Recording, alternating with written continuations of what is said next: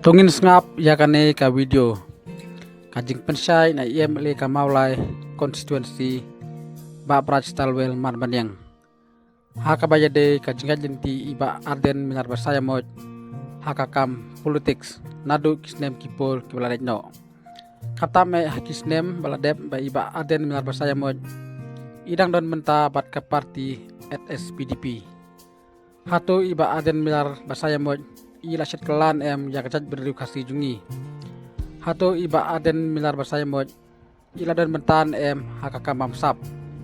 kenang ba pinsai bat pintip kambha nak kadau ba iba aden milar basaya moj imi no naka parti SPDP hak to kisne bat kipor kibalalej no te ai kapor jumpi ban skap ya kani ke video hadu kabakut Dia bakat du ngalam mo ba dan kibri la ban ongkom ta dengan apa ikinya inti pat kubu brio haka politics nih kamu kalian tiga babet mo ban kamdan kanu kaba ban ong ba mo ba un shit ya kajat ben rio lani kinu ki mo haka jinya inti ke jong kubu brio long ka kabet kan te kadi kita pat kaba appeal ya mo nama dia nabi mo I have to choose one nih te hadir mga pensyon rim na political parties to filter down HSPDP hatu kupor mo badan naki leaders lu ngalam ba uni di ba ubangala ban syanya no te la rapi ong ba ubalong ubah hangamai ubah sarong hukum tarong nga kata kadang biang dai habang ipet pan habi di kijinya anti kejung ni ubrio pan ngami i bakan don ka bamsam no asen emele kan ngilai i te ngai i ru kum leaders ulong kanuksa nam ta ki babun kiliang kan te kata kri ba apil nga khamtam ka clean politics manga ngastu la pen he pensan nga na do na yin lingba ime ipa lingba wat na ka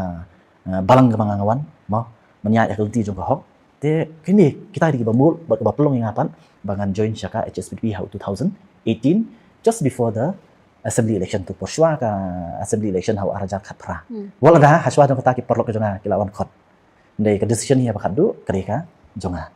bat ka message ke jongi ke bangilet si pat ba atu por kolong ba mo ngim kwa syu ke sarkar ka badon ka kongres bat ngim kwa ru ka sarkar ka badon ka BJP no kongres no BJP government kata de kasur as an alliance kan ya UDP bat ka HSPDP tinggal lalik keleng mo ngila keren ki beriu ka jing election ki jing ko de halo kata man pane ki jing kersan te ndai ki kebajapan adian nang tu ni job arnut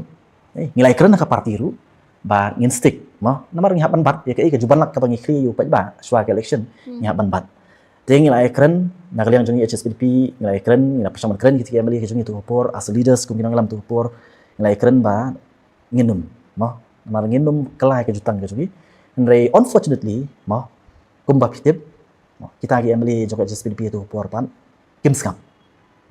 te ka po hidu put banong ba mon skap isu beri blarem chwa election ngile chi bring ong bang kwa ngiwan spi ai ke jing kristian ngi mo in warna ka sarkar ka bang syarhi ki parti trairi mo claim ka congress claim ka BJP and then after the election ngin ngin bam ya ka mo ngin long tu ki so jile apre ni ne tengah ong long nakaliang jong ngam lam pliang